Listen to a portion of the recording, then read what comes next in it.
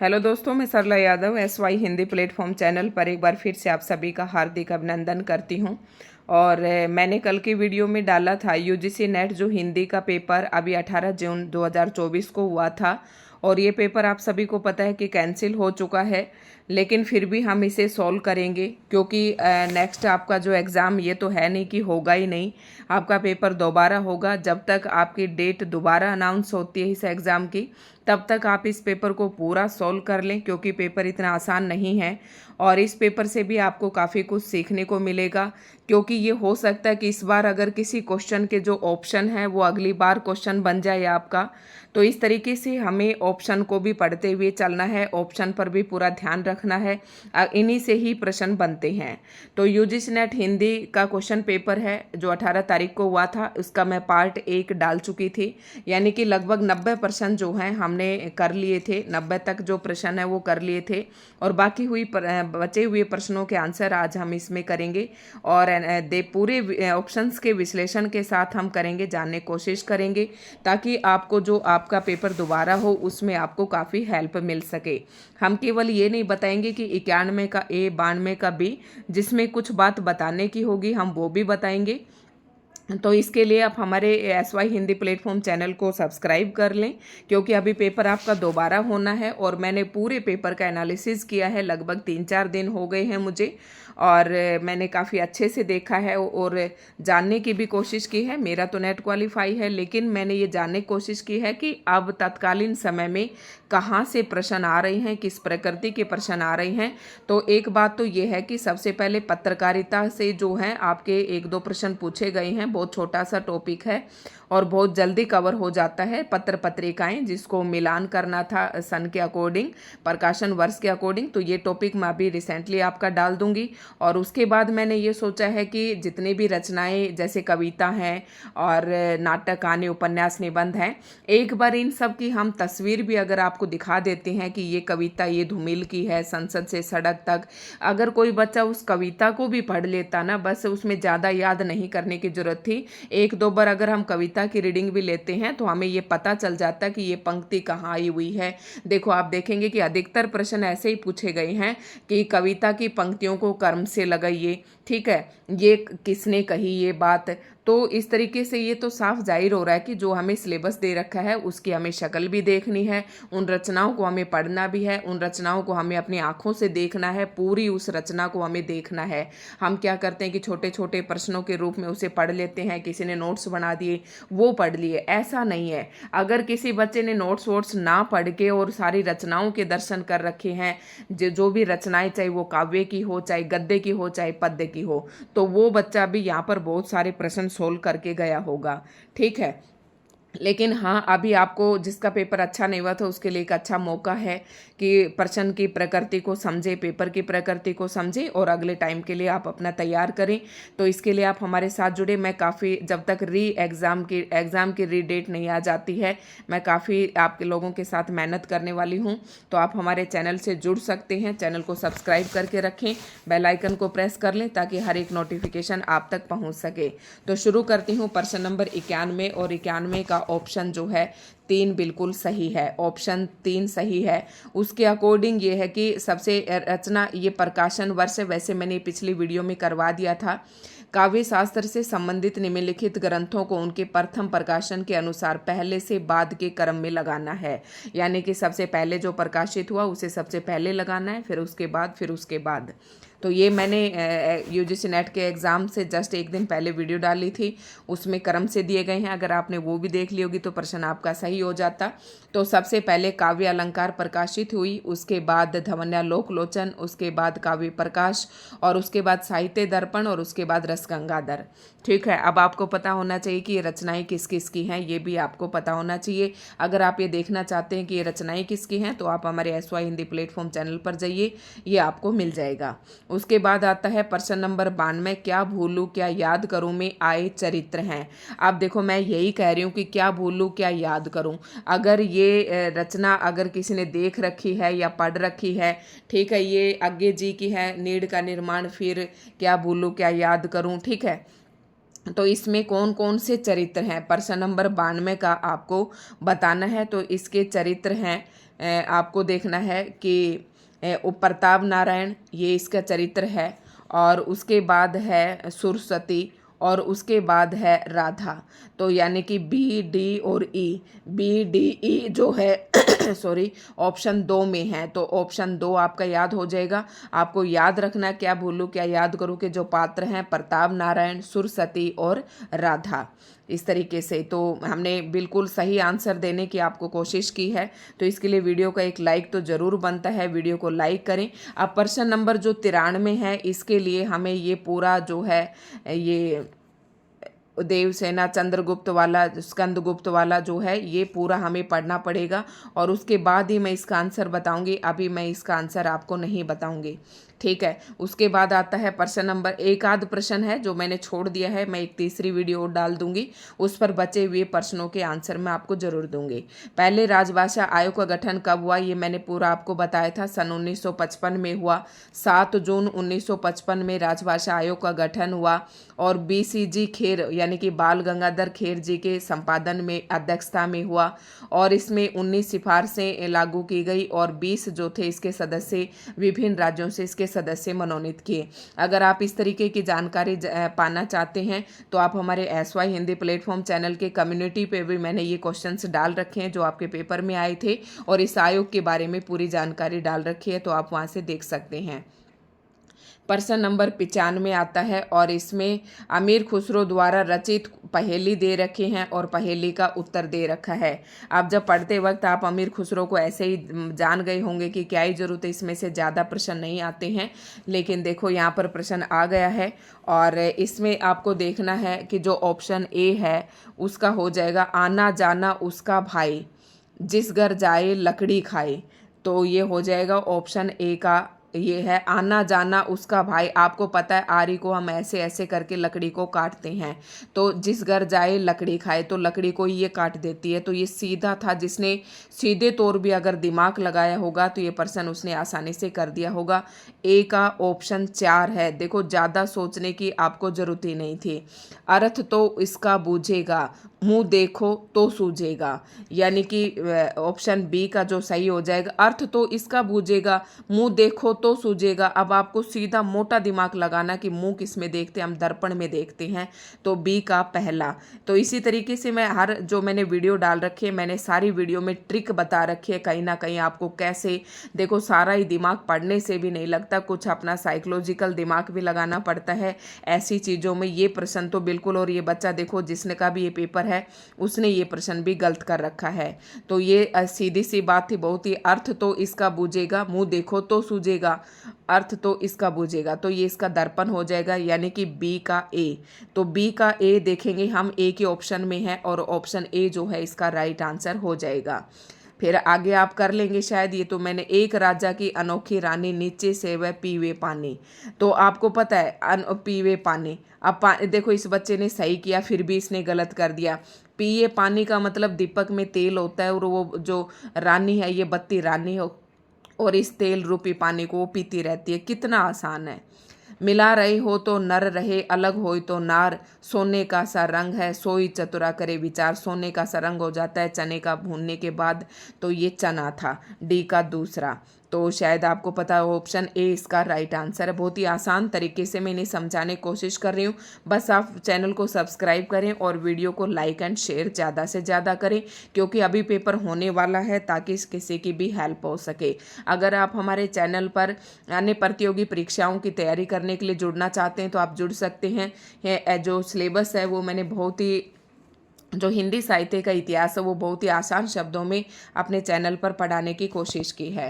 प्रश्न नंबर 96 96 की तरफ बढ़ते हैं। चकती चकता चौंकी चौंकी उठे बार बार, दिल्ली दहशती चिते चाहे कर शती है। तो ये जो पंक्तियां हैं, ये पंक्तियां किस कवि की है? तो 96 का हो जाएगा, ये पंक्तियां भूषण की हैं। भूषण द्वारा ये कही गई पंक्तियां हैं। तो नेक्स्ट टाइम के लिए इनमें से कोई एक पंक्ति भी दे दो और आपसे पूछ ले कि पंक्ति किसकी है, तो ध्यान रखना है ये पंक्तियां भूषण की हैं। प्रश्न नंबर 97 की तरफ बढ़ते हैं और इसमें प्रयोगवाद के संबंध में इनमें से कौन से कथन नामवर सिंह के हैं। एक देखो, अभी एक कथन पूछा था छायावाद के बारे में। अब आप लोग डिटेल तो पढ़ते हैं। छायावाद के बारे में रामचंद्र शुक्ल जी के कुछ कथन दे रखे थे और ऐसे ही पूछा था कि ये कथन किसके हैं। अब ठीक वैसे ही दूसरा प्रश्न पूछ लिया गया है, प्रयोगवाद के संबंध में इनमें से कथन किसके हैं। इसी प्रकार से हो सकता है नेक्स्ट पेपर में प्रगतिवाद के बारे में पूछ ले। ठीक है, तो इस तरीके के कथनों को आपको याद रखना है। प्रयोगवाद के संबंध में इनमें से कौन से कथन नामवर सिंह के हैं। तो 97 का जो राइट आंसर हो जाएगा, तो पढ़ते हैं, प्रयोगशीलता व्यक्तिगत अन्वेषण की वस्तु है। ऑप्शन ए ये बिल्कुल सही है, ये नामवर सिंह का ही कथन है। और उसके बाद है, प्रयोगवादी कवि यथार्थवादी हैं, वे भावुकता स्थान पर ठोस बौद्धिकता को स्वीकार करते हैं, ये नामवर सिंह का नहीं है। कुल मिलाकर ये चरम व्यक्तिवाद ही प्रयोगवाद का केंद्र बिंदु है, तो ये ऑप्शन जो है बिल्कुल सही है। तो अभी आप देखें ए सी तो ये इसी में ए सी बी भी है और ए सी डी भी है, तो दो ऑप्शन तो आपके यहीं पर कट हो गए। इस प्रकार से आपको प्रश्नों को करना है। आरंभिक व्यक्तिवादी प्रयोगवाद ने प्रतिरोध और युयुत्सु भाव का नारा दिया, तो ये ऑप्शन भी बिल्कुल सही है, ये नामवर सिंह का ही है। तो हमें हमारा आंसर मिल गया। तो केवल ए सी और डी ऑप्शन 2 जो है इस क्वेश्चन का राइट आंसर हो जाएगा 97 का। बढ़ते हैं नेक्स्ट प्रश्न की ओर। अकाल और उसके बाद कविता में आए, प्रश्न नंबर 98, उसके बाद अकाल और उसके बाद कविता में आए जीव जंतुओं को कविता में आने के अनुसार देखो, अब ये भी मैं यही कह रही थी कि जिसने इस कविता की शक्ल देख रखी है, कविता में इतनी पंक्तियां हैं, इतने पैराग्राफ है, और अगर एक बार नज़र से निकाल रखी है तो भी आप थोड़ा थोड़ा अनुमान यहाँ से आसानी से लगा सकते थे। वैसे देखे तो ये बहुत ज़्यादा मुश्किल पेपर नहीं है, अगर वैसे देखे तो बहुत मुश्किल है। अगर आप सिलेबस तक ही ताके झाके हैं तो आपका ये प्रश्न, ये जो पेपर है ये आपको आसान लगेगा। ठीक है, प्रश्न नंबर 98 देखेंगे और 98 का ऑप्शन 2 देखते हैं। इसमें सबसे पहले आ जाएगा चक्की की बात हुई है ऑप्शन नंबर 1 पर, और फिर आ जाएगा आपका ये कुतिया नंबर 2 पर, और नंबर 3 पर आएगा छिपकली। तो 1, 2 और 3 यानी कि DAE, तो DAE ये ऑप्शन बी में नज़र आ रहा है। जिसका भी ये पेपर है उसने भी सही कर रखा है। तो DAE और उसके बाद फिर चूहा और उसके बाद फिर कोई, तो ये जीव जंतु हैं, इनको याद रखना है। अकाल और उसके बाद, ये नागार्जुन की कविता है, ध्यान रखना है, काफ़ी इंपॉर्टेंट है, प्रश्न यहाँ से पूछे जाते हैं। प्रश्न नंबर 99 की तरफ बढ़ते हैं और ये प्रश्न थोड़ा सा मुझे संदिग्ध लगा और इस पर आप भी कुछ कर सकते हैं। अब तो वैसे पेपर कैंसिल ही हो गया, तो इसके ऊपर हम बहुत ज़्यादा डिस्कस नहीं करेंगे। एक भी ऑप्शन मैं यहाँ से ठीक तरीके से नहीं निकाल पाई थी। मैं आपको इनके प्रकाशन वर्ष बता देती हूँ। भारतेंदु हरिश्चंद्र का प्रकाशन भारतेंदु युग बुक्स में दिया गया है, अगर इसको देखें तो 1943 है, और भारतेंदु युग और हिंदी भाषा की विकास परंपरा ये 1975 में प्रकाशित हुई, और भाषा और समाज जो है ये 1961 में प्रकाशित हुई। महावीर प्रसाद द्विवेदी और हिंदी नवजागरण ये 1977 में प्रकाशित हुई। निराला की साहित्य साधना, ये जो किताब है इसके 3 भाग प्रकाशित हुए हैं। तो पहला भाग जो है 1969, मैं यहाँ पर आपको सारे बता रही हूँ। पहला भाग 1969, दूसरा भाग 1972 और तीसरा भाग 1976। तो आपको साहित्य साधना का भाग 2 पूछ रखा है। तो इस हिसाब से अगर मैं देखूं तो ऑप्शन इसके बनते हैं CEBD। तो CE और BD का जो कॉम्बिनेशन है मुझे कहीं पर भी दिखाई नहीं दिया। फिर भी अब ये पेपर कैंसिल हो चुका है, तो आप इनके जो सन हैं वो याद रखें। और एक दूसरा प्रश्न और है कि मैंने अपने चैनल पर जो आलोचना कृतियां हैं वो नहीं पढ़ा रखी हैं, लेकिन हाँ 5-10 कवियों की मैं ऐसी विद्वानों की आलोचनात्मक कृतियां डालूंगी जहाँ से आपको पेपर में अवश्य प्रश्न देखने को मिलेगा। तो एक टॉपिक मुझे पत्रकारिता पर करवाना है, आप हमारे चैनल से जुड़े रहें। रिसेंटली अभी इसमें से प्रश्न आया है, और दूसरा जो है आलोचना में से आया, तो आलोचना मैंने नहीं पढ़ा रखे हैं, ये भी मुझे पढ़ानी है, तो आप हमारे चैनल से जुड़े रहें। प्रश्न नंबर 100 की तरफ बढ़ते हैं और प्रश्न नंबर 100 का सही ऑप्शन हो जाएगा, थोड़ा सा मुश्किल है ये क्वेश्चन, आसान नहीं कह सकते। 1857 के प्रथम स्वतंत्रता संग्राम के पूर्व हुए विद्रोह को पहले से देखो, अब ये विद्रोह हैं 1857 से पूर्व जो विद्रोह हुए थे उनके बारे में। तो सबसे पहला विद्रोह हुआ था सन्यासी विद्रोह, ठीक है, और उसके बाद है रामसो विद्रोह, और उसके बाद आ जाएगा आपका सामंतवाड़ी विद्रोह और संथाल विद्रोह, और लास्ट में आ जाए केरल में किसान विद्रोह। तो इस प्रकार से जो है आपका बी सी, सबसे पहले बी, फिर उसके बाद सी और उसके बाद D, B C D A और ई, तो ऑप्शन 4 जो है इसका राइट आंसर हो जाएगा। ऑप्शन 4 आपको ध्यान रखना है। 101 प्रश्न है, तमस उपन्यास के अनुसार फेरी वाले इत्र फरोश पर हमला कर इसे घायल करने वाले पात्र का नाम बताइए।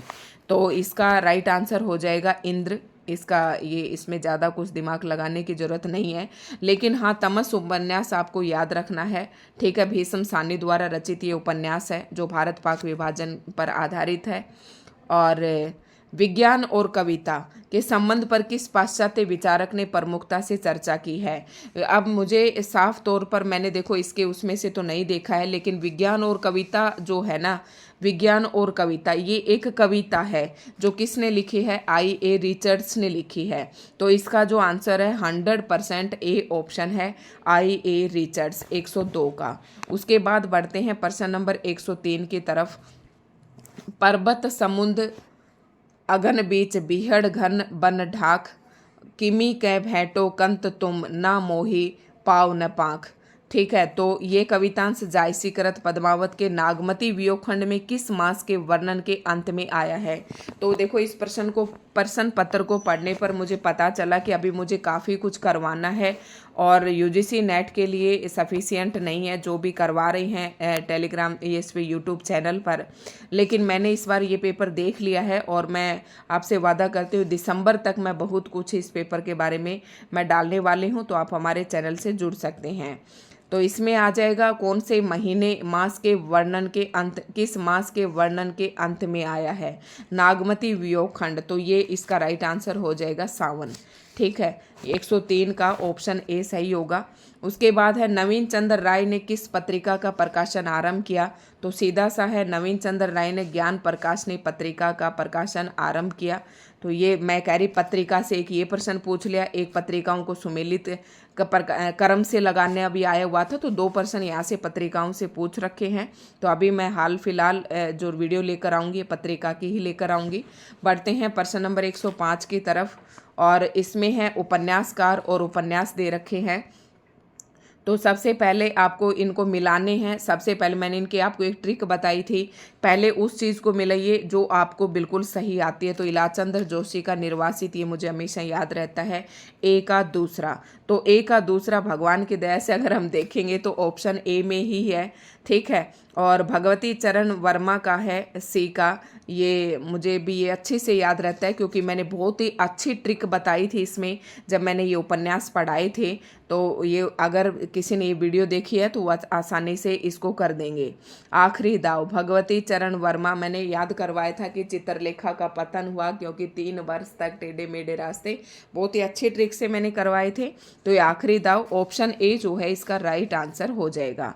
तो आप इसे मिला लें, इलाचंद्र जोशी, ए का जो ऑप्शन इसका राइट आंसर ऑप्शन ए है, तो ए का दूसरा हो जाएगा, और बी का पहला यशपाल मनुष्य के रूप। ठीक है, और भगवती चरण वर्मा का है सी का चौथा आखिरी दाव, वह फिर नहीं आई। ठीक है, ऐसे ये उनकी रचनाएं थी। गुलशेर खां शानी, ये सांप और सीढ़ी।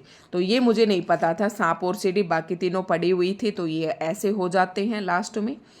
नेक्स्ट प्रश्न है बाणभट्ट के आत्मकथा के पात्र आपको बताने हैं, प्रश्न नंबर 6, और इसमें है आपका लोरिक देव इसका पात्र है। उसके बाद कुमार कृष्ण वर्धन भी इसका पात्र है, और वीरती वज्र ये भी इसका पात्र है। तो ADE, तो ये आप देख ले, ADE ये ऑप्शन 2 में है, तो ये आपका राइट आंसर हो जाएगा।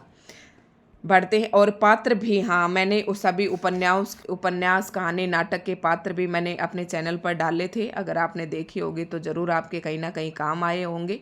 प्रश्न नंबर 107 है, भूल गलती कविता में कैदी के रूप में दरबार में लाए गए व्यक्ति के बारे में आई इन पंक्तियों को पहले से, देखो हर जगह पंक्तियां दे रखी हैं। अगर आपने पंक्तियां भाई कविता या रचना को भी ध्यान से देखा है तो आसानी से कर देंगे।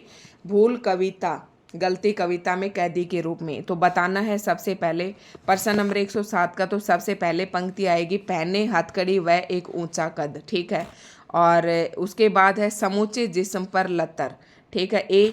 उसके बाद है वह कैद कर लाया गया ईमान।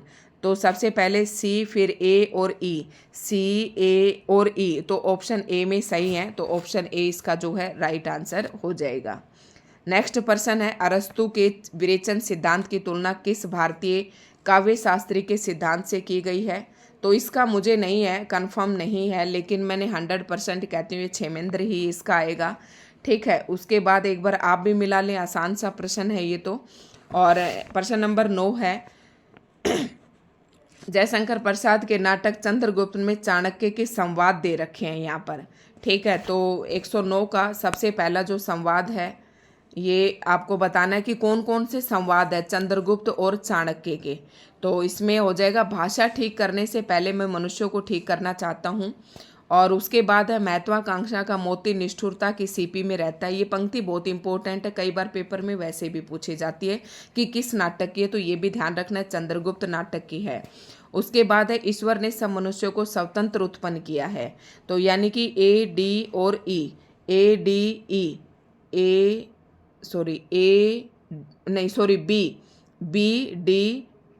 बी डी और ई, तो ऑप्शन 3 जो है इसका राइट आंसर हो जाएगा। प्रश्न नंबर 10 की तरफ बढ़ते हैं। और प्रश्न नंबर 10 का जो है, देखो अभी मैं इस प्रश्न का भी आंसर आपको नहीं बताऊंगी, जब मुझे पक्की तरह अच्छे से कंफर्म हो जाएगा तभी मैं इस क्वेश्चन का आंसर बताऊंगी। उसके बाद है प्रश्न नंबर 111, और 111 है, रामचंद्र शुक्ल की पुस्तक त्रिवेणी, मोस्ट इंपोर्टेंट है त्रिवेणी। इसमें 3 कवियों का वर्णन किया है और कवियों पर निबंध संकलित है, निम्न 3 कवियों पर। तो थोड़े से अगला प्रश्न है, प्रश्न नंबर 111, आचार्य रामचंद्र शुक्ल की पुस्तक त्रिवेणी। अब एक तो ये ध्यान रखना कि त्रिवेणी पुस्तक जो है ये किसकी, तो आचार्य रामचंद्र शुक्ल जी द्वारा रचित है।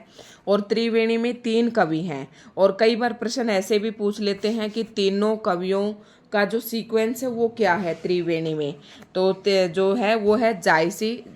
ये क्वेश्चन यहाँ पर नहीं पूछा है, लेकिन आगे हो सकता है ये पूछ ले। जायसी, और जायसी के बाद इन्होंने सूरदास, और सूरदास के बाद जो है कबीर। इस तरीके से क्रम से इन्होंने वर्णन किया है त्रिवेणी पुस्तक के अंतर्गत। तो ये क्रम है त्रिवेणी के अंतर्गत, पहले जायसी फिर सूरदास, और पहले जाएंगे सूरदास के पास कौन, कबीर। ऐसे याद रखना, ये ट्रिक मैंने बता दी है। तो कबीर, जायसी, सूर, ऑप्शन 1 सही हो जाएगा। और इसमें मैं बहुत ज़्यादा कंफ्यूज रहती हूँ मैं भी, तो याद रखना कि तुलसीदास नहीं आएगा त्रिवेणी में, तो आपको याद रखने में थोड़ी सी आसानी हो जाएगी।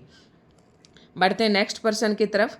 तुलसीदास रचित रामचरितमानस में राम राज्य संबंधी वर्णन की पंक्तियां हैं। अब ये आपको देखो पंक्तियां बतानी हैं, रामचरितमानस के संबंध में बतानी है आपको। और प्रश्न नंबर 112, और इसका ऑप्शन हो जाएगा, इसकी कौन कौन सी पंक्तियां हैं। यानी कि पंक्ति नंबर, नहीं भय शोक न राग, तो ए पंक्ति तो है ही है इसकी। उसके बाद ऑप्शन सी, सब गुणन ने पंडित सब ज्ञानी, गुणज्ञ, ठीक है, सब गुणज्ञ पंडित सब ज्ञानी, तो ए सी। और फिर उसके बाद ए सी हम देख लेते हैं कौन से ऑप्शन में है, तो ए सी और ई, ठीक है, सब उदार सब पर उपकारी, तो ए सी और ई, यानी कि ऑप्शन 4 जो है 112 का राइट आंसर हो जाएगा। उसके बाद है, सूची 1 के साथ सूची 2 का मिलान करना है, उसमें चरित्र दे रखे हैं और ये भाई बहन दे रखे हैं। तो इसका है प्रश्न नंबर 113, और प्रश्न नंबर 113 का है, एक कनक जो है ये कंचन का भाई बहन, ठीक है, कनक कंचन कैसे हैं अगर थोड़ा सा तुक मिलाते तो। और तारा का उषा, उषा आते ही तारे चले जाते हैं, ठीक है। उसके बाद सी का है इसमें उर्मिला, और उर्मिला का हो जाएगा प्रवीण, और जो बच गया रतन का दम्बो।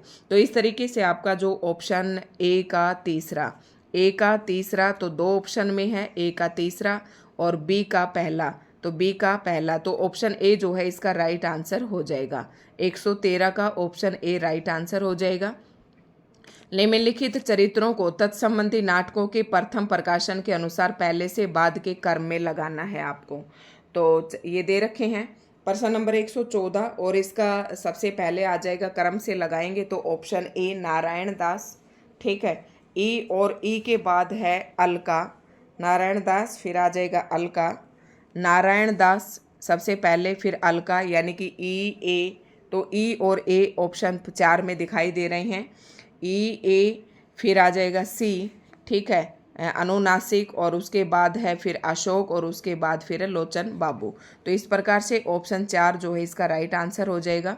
प्रश्न नंबर 115, कामायनी की लज्जा सर की पंक्तियाँ। अब मैं कोशिश करूंगी, मैंने ये देखा है कि लज्जा सर्ग, चाहे उसको कोई बच्चा पढ़े या ना पढ़े, मैं लज्जा सर की जितनी भी पंक्तियाँ वो सारी यहाँ पर डाल दूंगी, ठीक है। एक बार आप ध्यान रखना, ताकि आपको हो सकता है कहीं से हेल्प मिल जाए। देखो कितनी आसान वैसे तो पूछ रखी हैं, जिसने लज्जा सर्ग एक बार पढ़ रखा है, इंटरेस्ट के तौर पर भी पढ़ लेते हैं, तो उसको भी ये पंक्तियां पता चल जाएगा। प्रश्न नंबर 115, इसका राइट ऑप्शन हो जाएगा। तो कौन कौन सी पंक्तियां हैं? एक तो ये है, मैं एक पकड़ हूँ जो कहती ठहरो कुछ सोच विचार करो, और उसके बाद है, इस निविड़ निशा में संस्कृति, यानी कि बी, डी और ई, नारी तुम केवल श्रद्धा। मोस्ट इंपॉर्टेंट पंक्ति वैसे भी पूछी जाती है कि कामायनी किसने लिखी? जयशंकर प्रसाद ने लिखी, और ये पंक्ति लज्जा, इड़ा और वो कई सर्ग है ना इसके, तो लज्जा सर्ग में से ये पंक्ति है, ये ध्यान रखना है। तो ऑप्शन 3 जो है इसका सही हो जाएगा, सी, डी और ई। बढ़ते हैं अगले प्रश्न की तरफ। हिंदू नवोत्थान मुस्लिम नवोत्थान शीर्षक प्रकरण संस्कृति के 4 अध्याय के किस अध्याय में संकलित हैं? संस्कृति के 4 अध्याय, इसमें 2 उत्थान है, मुस्लिम नवोत्थान और हिंदू नवोत्थान। तो इसमें किस अध्याय में संकलित हैं? आपको पता है संस्कृत के 4 अध्याय, इसमें 4 अध्याय हैं, तो इन दोनों का जिक्र, मुस्लिम और नवीन नवोत्थान का जिक्र कौन से अध्याय में हुआ है? तो 4th अध्याय में हुआ है। इसका ऑप्शन 4 सही आंसर हो जाएगा। प्रश्न नंबर 117 की तरफ बढ़ते हैं, और इसमें कहानीकार और कहानी दिए गए हैं। तो प्रश्न नंबर 4 का आपको बताना है। तो राजेंद्र यादव का जो है, राजेंद्र यादव की जो कहानी है इसमें जिज्ञासा, ठीक है, ए का तीसरा। तो ए का तीसरा अगर हिसाब से देखें तो ऑप्शन 1 में ही है। बी का दूसरा, यानी कि आगे का है चित्र लिखे पत्थर, ये इसके सामने ही है। और सी का पहला, जयशंकर प्रसाद एक पथिक का सोपन, ठीक है, और उसके बाद ये बच गया माधव स्प्रे, ये भी इनके सामने ही है। तो अपने पार, डी का चौथा, ठीक है। तो ऑप्शन 4 जो है इसका राइट आंसर हो जाएगा। अब आपको ये कहानियाँ याद कर लेनी है, हो सकता है नेक्स्ट पेपर में पूछ ले कि कहानी किसके द्वारा रचित है। तो इनमें से किस जैन आचार्य को कलिकाल सर्वज्ञ नाम से भी जाना जाता है? तो ये आप सबको पता है कि हेमचंद्र को जाना जाता है। तो ऑप्शन 2 इसका राइट आंसर हो जाएगा। ये थोड़े क्वेश्चन, 1-2 क्वेश्चन बहुत ही आसान है। इतिहास तिमिर नाशक पुस्तक के लेखक कौन है? देखो शिव प्रसाद सितारे हिंद की 3-4 पुस्तक हैं, भूगोल, हस्तमूलक, इतिहास तिमिर नाशक, आलसियों का कीड़ा, मानस धर्मसार। तो ये सारी जो पुस्तक हैं शिव प्रसाद सितारे हिंद की है, और इतिहास तिमिर नाशक ये पुस्तक भी शिव प्रसाद सितारे हिंद की है। तो ऑप्शन 3 जो है इसका सही आंसर हो जाएगा। मानस के हंस के अनुसार उपन्यास के अंतिम अंश में तुलसीदास विनय पत्रिका के किस छंद को अंतिम छंद कहते हुए उसे गाने लगते हैं? मानस का हंस में अमृतलाल नागर द्वारा लिखा गया है। मैंने आपको बताया था एक खंजन नैन और मानस का हंस। तो खंजन नैन मैंने काफ़ी जोर दे देकर बताया था कि खंजन नैन ये सूरदास के चरित्र पर आधारित है, और मानस का हंस ये तुलसीदास के चरित्र पर आधारित है। ये अमृतलाल नागर द्वारा रचित हैं दोनों। अमृतलाल नागर, मैं कहीं गलत तो नहीं बोल गई हूँ। तो उसके बाद हैं 120 का ऑप्शन जो हो जाएगा सही। अंतिम छंद किसे है, कौन सा कहा है और उसे गाने लगते हैं? तो अंतिम छंद ऑप्शन 2 इसका राइट आंसर हो जाएगा। मारुति मन रुचि भरत की लखी लसन कहीं। तो ये ऑप्शन 2 इसका राइट आंसर हो जाएगा। प्रश्न नंबर 121, बंगाल क्लब की साहित्य गोष्ठी के लिए शरत चंद्र चट्टोपाध्याय ने कौन सी रचना लिखी थी? तो कौन सी रचना लिखी थी ये आपको बतानी है। ये है नारी का इतिहास। बंगाल क्लब की साहित्यिक गोष्ठी के लिए, यानी कि शरत चंद्र चट्टोपाध्याय की रचना है, ये याद रखना है, शरत चंद्र चट्टोपाध्याय। तो नारी का इतिहास, और ये रचना इन्होंने किसके लिए लिखी थी? बंगाल क्लब की साहित्यिक गोष्ठी के लिए। तो ऑप्शन 2 जो है इसका सही आंसर हो जाएगा। उसके बाद है क्वेश्चन नंबर 122, निम्नलिखित पंक्तियों में कौन सी पंक्ति आचार्य रामचंद्र शुक्ल के निबंध कविता क्या है से उद्धृत है? इसका आंसर आपको बताना है, कविता क्या है। और 122 का सही ऑप्शन हो जाएगा जिनके रूप या कर्म कलाप जगत और जीवन के बीच में उसे सुंदर लगते हैं, उन्हीं के वर्णन में वह स्वांत सुखाय प्रवृत्त होता है। तो कविता क्या है, उसी से उद्धृत हैं। ऑप्शन बी इसका सही है। उसके बाद वर्ण वस्तु और वर्णन प्रणाली बहुत दिनों से एक दूसरे से अलग कर दी गई, ये भी कविता क्या है, उसी से लिया गया है। और उसके बाद है सुंदर अर्थ की शोभा बढ़ाने में जो अलंकार प्रयुक्त नहीं वे काव्य अलंकार नहीं, यानी कि बी सी और ई, बी सी और ई, बी सी और ई ऑप्शन 2 में है। तो ऑप्शन 2 जो है इसका राइट आंसर हो जाएगा। उसके बाद हैं प्रश्न नंबर 123, फिर विकल हैं प्राण मेरे। फिर ये गीत महादेव वर्मा की किस पुस्तक में पहली बार संकलित हुआ? तो इसका राइट आंसर हो जाएगा सांदे गीत, ऑप्शन नंबर 4। नेक्स्ट प्रश्न 124, महावीर प्रसाद द्विवेदी की निम्नलिखित रचनाओं को प्रथम प्रकाशन वर्ष के अनुसार पहले से बाद के क्रम में लगाना है। तो ये आपको बताना है, इसका ऑप्शन जो हो जाएगा सही। तो सबसे पहले महावीर प्रसाद द्विवेदी की रचनाएं, पहले तो ये ध्यान रखना है, और प्रकाशन वर्ष के अनुसार इन्हें आपको क्रम में लगाना है। तो सबसे पहले हुई कुमार संभव नंबर 1 पर, और उसके बाद है कविता कलाप नंबर 2 पर आ जाएगी, और उसके बाद है कालिदास की निरंकुशता नंबर 3 पर, यानी कि BAE। तो ऑप्शन 2 में दिख रहे हैं BAE, फिर D और C। तो ऑप्शन 2 जो है इसका राइट आंसर हो जाएगा। हरियोध जी द्वारा लिखित भूमिका के अनुसार हरियोध जी प्रिय प्रवास का नाम पहले क्या रखना चाहते थे? ये तो मैंने अपने चैनल पर भी कई बार ये प्रश्न बताया है। प्रश्न नंबर 125 का सही ऑप्शन हो जाएगा ब्रजांगना विलाप। नेक्स्ट प्रश्न है प्रश्न नंबर 126, अपभ्रंश के कवि पुष्पदंत ईसा की किस शताब्दी में हुए? तो भाई ये तो बहुत ही आसान था, और ये 13वीं शताब्दी नहीं, ऑप्शन नंबर ये प्रश्न नंबर 126 का आ जाएगा 10वीं शताब्दी।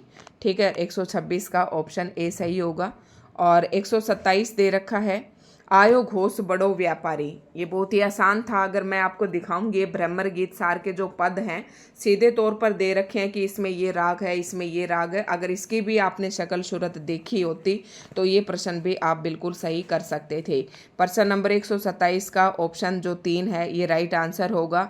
ए का दूसरा है आयो घोष बड़ो व्यापारी, तो ये ए का दूसरा, और बी का पहला है इसमें आए जोग सिखावन पांडे, इसमें बी का पहला, तो ये राग नट है। और हमारे हरे हारल सी का चौथा, ये राग सारंग है। ठीक है, और उसके बाद ये बच गया ये ऑप्शन, ये तो आपस में क्रॉस कर रहे हैं। ऑप्शन इसका जो है तीसरा बिल्कुल सही हो जाएगा, ऑप्शन नंबर 3। ठीक है, बढ़ते हैं नेक्स्ट प्रश्न की तरफ। प्रश्न नंबर 23 और प्रश्न नंबर 28, और ये प्रश्न जो है अभी मैं इसका आंसर नहीं आपको बता पाऊंगी। उसके बाद प्रश्न नंबर 129 की तरफ बढ़ते हैं। तो प्रश्न नंबर 29 का जो ऑप्शन ए है, यानी कि गोविंद मिश्र द्वारा कौन सी रचना है? तो गोविंद मिश्र का है तख्तों के पार श्याम, ऐसे कुछ है ये। तो ये ए का फोर्थ एक ही ऑप्शन में है, और ऑप्शन 3 जो है इसका राइट आंसर हो जाएगा। और ये हो जाएगा राम शरण जोशी का अपनों के पास अपनों से दूर, और उसके बाद धर्मवीर भारती का हो जाएगा यात्रा चक्र, और रमेश चंद्र शाह का बहुवचन। ठीक है, तो ये है, इस तरीके से आपको ध्यान रखना है। आगरा बाजार का समापन किस नज़म से होता है? तो ये आगरा बाजार, ये बहुत ही इंटरेस्टिंग सा नाटक है। और आदमी नामा, ये भी मैं पूरा पढ़ाऊंगी, लेकिन ये ना रचनाएं बहुत बड़ी बड़ी हैं। जब यूट्यूब पर पढ़ाते हैं तो इनमें बच्चे जो हैं थोड़ा सा इंटरेस्ट नहीं लेते हैं, इस वजह से मैंने नहीं डाले ये, क्योंकि थोड़ा थोड़ा पढ़ना पसंद करते हैं, फिर व्यूज़ कम आते हैं, थोड़ा मन नहीं करता। अगर आप लोग रुचि दिखाते हैं तो मैं इस बार ये सब कुछ डाल दूँगी, आदमी नामा। ठीक है, उसके बाद ऑप्शन 3 इसका राइट आंसर हो जाएगा। उसके बाद प्रश्न नंबर 131, राजनीति साहित्य नहीं, उसमें एक एक क्षण का महत्व है। कभी एक क्षण के लिए भी चूक जाएं तो बहुत बड़ा अनिष्ट हो सकता है। ये संवाद किस नाटक और किस चरित्र का है? तो नाटक के चरित्र के सही युगम का आपको चयन करना है। नाटक दे रखे हैं 4, आषाढ़ का एक दिन, स्कंदगुप्त, तो पहला ही ऑप्शन इसका बिल्कुल सही है। प्रिय गुम मंजरी, प्रिय गुम मंजरी है ये पूरा नाम। और ये ऑप्शन भी पूछा जाता है कि प्रिय गुम मंजरी किस नाटक की पात्र है? तो याद रखना है आषाढ़ का एक दिन। ठीक है, तो ऑप्शन ए इसका राइट आंसर हो जाएगा। उसके बाद प्रश्न नंबर 132, और 132 का है आपको बताना है, ये कथन दे रखे हैं और इधर कहानी दे रखी हैं और आपको बताना है ऑप्शन ए। नहीं, इसमें 132 का तो मारो मत धीरे धीरे चलने दो जल्दी क्या है, तो इसका हो जाएगा परिंदे कहानी का है ये, ऑप्शन ए का पहला ही होगा। और उसके बाद है चलो ठीक है कोई चूड़ियाँ वूड़ियाँ हो तो वह भी पहन लो, तो ये जो कथन है ये कथन है तीसरी कसम, तीसरी कसम का है ये।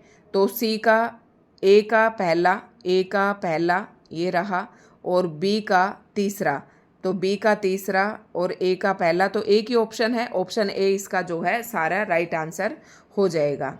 ठीक है, उसके बाद बढ़ते हैं आगे। डॉक्टर तुलसीराम को छोटी सी उम्र में अंतर्राष्ट्रीय राजनीति की तरफ अनजाने में ही खींचने वाले 3 लोग कौन थे, तो इसका आंसर है ऑप्शन ए मुन्नर, जोनई और जेदी। ठीक है, नेक्स्ट प्रश्न की तरफ बढ़ते हैं। महात्मा ज्योतिराव फुले ने लड़कियों की शिक्षा के लिए पहला स्कूल कब खोला, तो ये 1873 में खोला था। 134 का ऑप्शन 3 सही हो जाएगा और 135 का है सही आंसर आपको बताना है। थोड़ा सा मैं इसे ऐसे कर देती हूँ। उस मुहावरे को समझ गया हूँ जो आज़ादी और गांधी के नाम पर चल रहा है, ऑप्शन 135 का आपको देखना है, ऑप्शन चूज करना है। तो जो है ये है अकाल और दर्शन, ए का चौथा, तो वैसे देखें तो ए का चौथा ए के ऑप्शन में है। और उसके बाद है मुझे अपनी कविताओं के लिए दूसरे प्रजातंत्र की तलाश है, तो ये नक्सलवाड़ी कविता, ये सारे धूमिल जी की कविताएं हैं। मेरे संसद की मौन है रोटी और संसद, मेरे लिए हर आदमी एक जोड़ी जूता है, तो मोचीराम। लेकिन ये देखो कितना चालाक था, ये दोनों रचनाओं से पंक्तियों से पता चल रहा था, लेकिन दोनों ऑप्शन कई जगह दे दिए, तो ऑप्शन जो 2 है इसका सही आंसर हो जाएगा।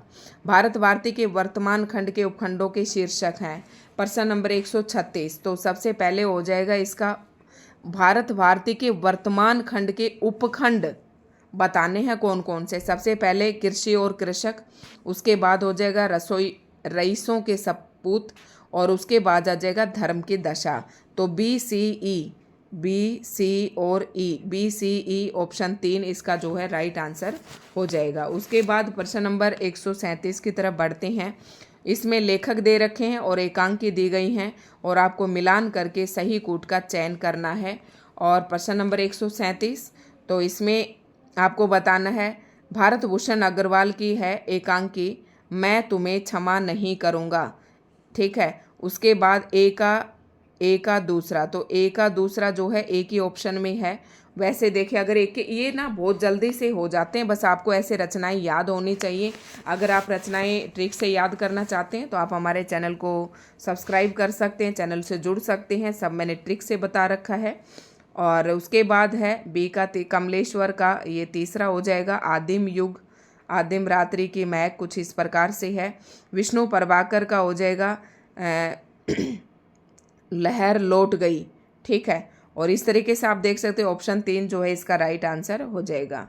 138 का सही आंसर होगा निम्नलिखित कविता संग्रहों को उनके प्रथम प्रकाशन वर्ष के अनुसार पहले से बाद के क्रम में लगाइए।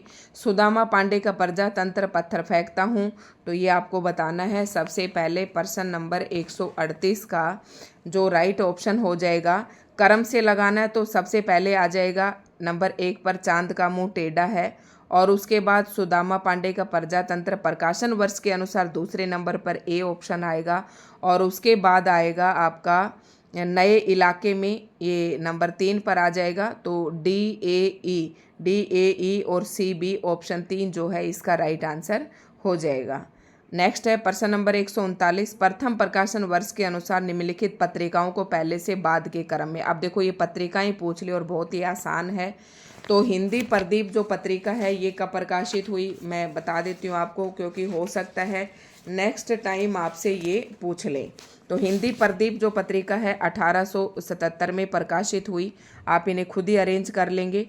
और उसके बाद बिहार बंधु जो है ये 1872, ये 1877, ये 1872, और हिंदुस्तान जो है 1883, और भारत बंधु जो है ये 1876, और उसके बाद है देश हितैषी, तो ये 1879 1879। तो आप लगा लीजिएगा इसे। सबसे पहले पर 1872 यानी कि बी ऑप्शन सबसे पहले आ जाएगा। तो बी ऑप्शन 1 में दे रखा है। उसके बाद 72 के बाद आ जाएगा आपका 76 यानी कि सी ऑप्शन आ जाएगा 76। और उसके बाद फिर ए यानी कि 77। और उसके बाद आप इसी तरह से देखेंगे कि ऑप्शन 4 जो है इसका राइट आंसर बन जाएगा। प्रश्न नंबर 139 का ऑप्शन 4। उसके बाद बढ़ते हैं प्रश्न नंबर 140 की तरफ। काव्य में रहस्यवाद निबंध के लेखक कौन है? तो ये तो बहुत ही आसान है, आचार्य रामचंद्र शुक्ल जी द्वारा रचित एक ये निबंध है। आचार्य ऑप्शन 4 जो है इसका राइट आंसर हो जाएगा। और उसके बाद देखो बचते हैं आपके, ये आपको एक अवतरण दिया गया है, इसे पूरा पढ़कर इनके आंसर देने हैं। तो ये मैं नहीं बताऊंगी, मैंने अभी इन्हें सॉल्व भी नहीं किए और इनके जो आंसर है वो चेंज भी हो जाते हैं, कोई कुछ कोई कुछ। तो ये तो है नहीं कि सीधे तौर पर यहाँ से मिल जाएंगे आपको। देखो मैंने पढ़े भी नहीं, तो अगर आपको लगे तो आप कमेंट करके ज़रूर बताएं कि मैम इनके आंसर भी आप बताइए, तो मैं बता दूंगी। तो इस आज की वीडियो में इतना ही था दोस्तों। एक आध प्रश्न रह गया है, शायद एक आध ही रहा होगा, तो वो भी मैं आपको ज़रूर बता दूंगी। तो दोस्तों वीडियो आपको अच्छी लगे तो लाइक एंड शेयर करें। चैनल पर नए हैं तो चैनल को सब्सक्राइब ज़रूर कर लें।